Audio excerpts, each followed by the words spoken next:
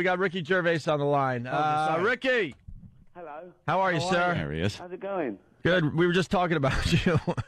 Do you remember being on our show about 6 months ago, maybe 8 months ago? Of course I do. I'm not that senile. Okay, and I was just retelling the story where I felt like the biggest douche because when you came in to promote extras on DVD, I really thought you were talking about like the English Office and you were putting out a extras box set that had something to do with the English Office, and you actually looked at me like, what is wrong with you? I blanked that out. Okay, good. Good. We just like to acknowledge uncomfortable moments on the show, so I just finally got to acknowledge that we had that moment. I missed the most uncomfortable moment. What was all this about you had a tramp in, and he wanted to do things to our Queen of England? Oh, no. A tramp. A tramp. A guy. It was a guy we had on a homeless guy on the other side of the show. Yeah. And he was just a crazy person, and he was just talking about all women of power.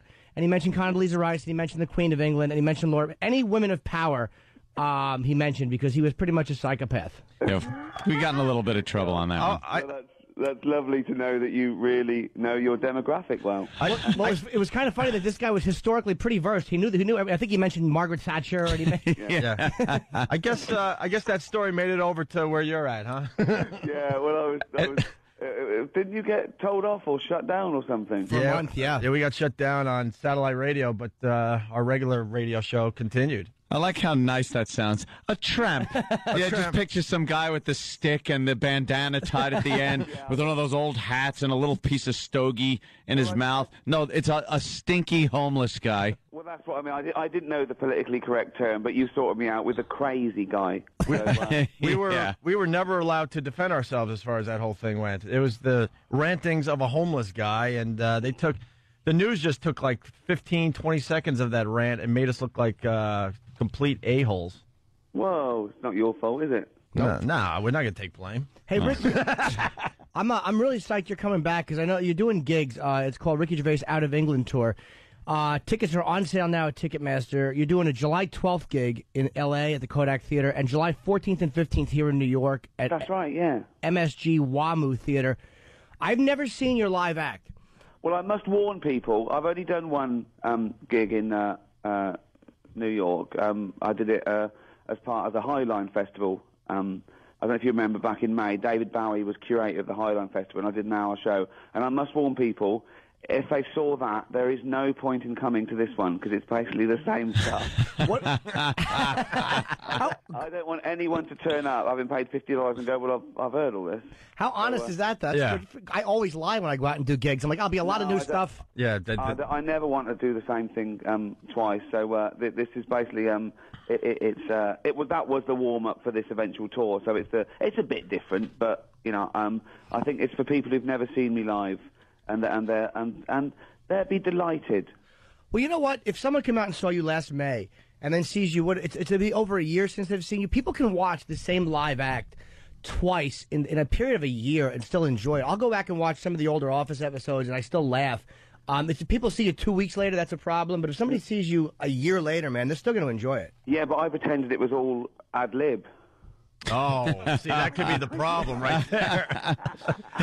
I remember that subtle chuckle he put in at the end of that joke. Ricky, you bring up something that's pretty funny, though, because I've seen a lot of comedians, and you go, and you sit in the audience and go, wow, he's just ad-libbing off the cuff. He's amazing. And then you just so happen to see the same show a month later. You're like, that son of a bitch. Exactly. It's all written. I want to shout the punchline before they get to it. Yeah, right. Coincidence. We both had lived exactly the same routine. Yeah. But it's just funny to hear, like, you're just deconstructing yourself, which is like, it's the exact same thing. Well, maybe people enjoy it twice. They can't possibly. They thought I made it up as I went along.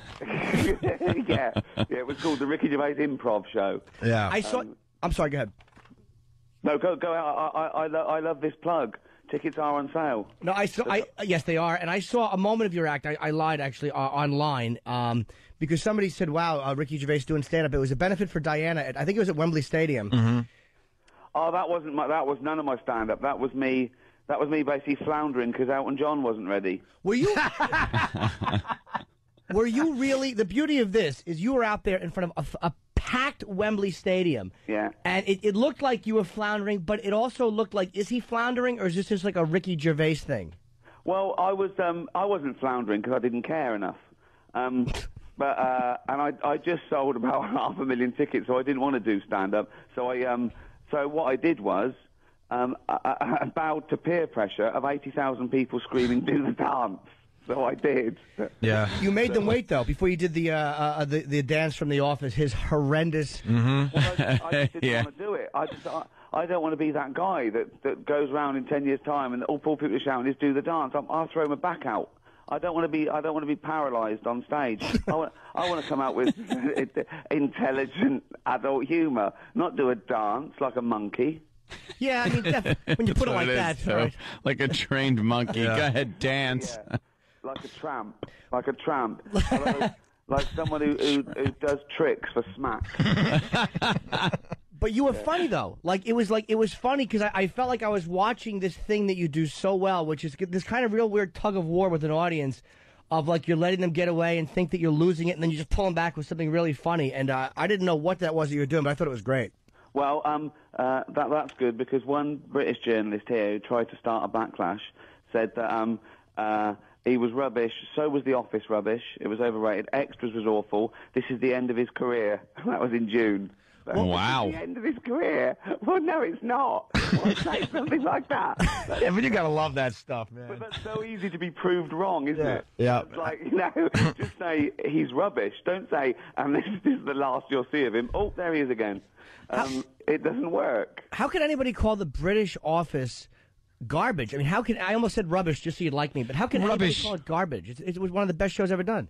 Well, this is why I phone into this show, for an ego boost. No, it's an amazing show. I just man. watched the one again where the guy is in, the consultant is in again, and he's trying to help, and David just can't let the other guy be the star of the show. That's my favourite episode. That's my favourite ever episode. And he's trying to prove, be the difficult thing, and he's like, no, we can't help it. There's been a rape.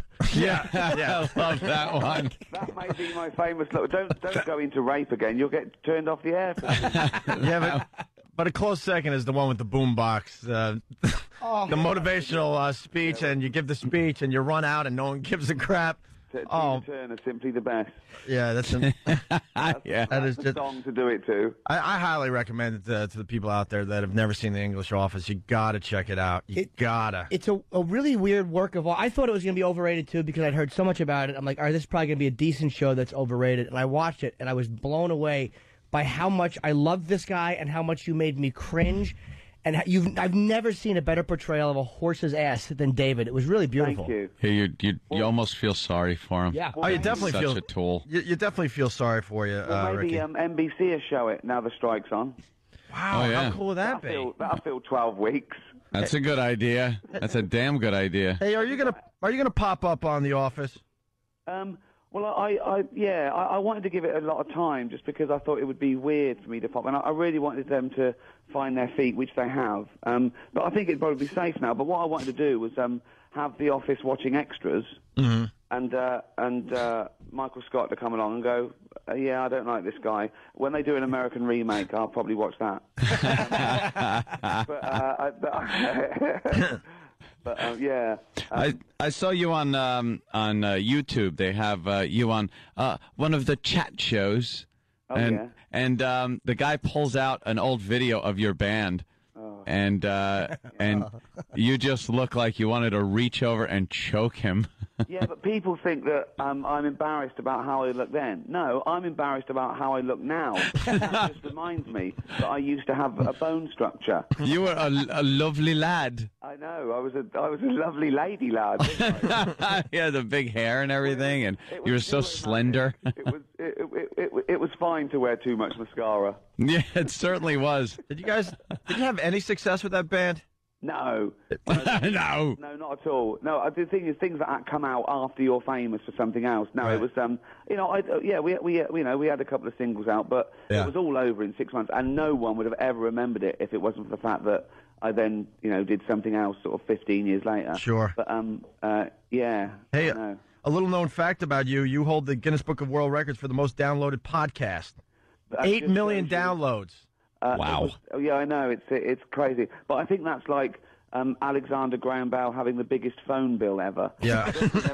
There wasn't a lot of competition when we put that out. It was like the podcast had been like a year old. Yeah. But, no, I think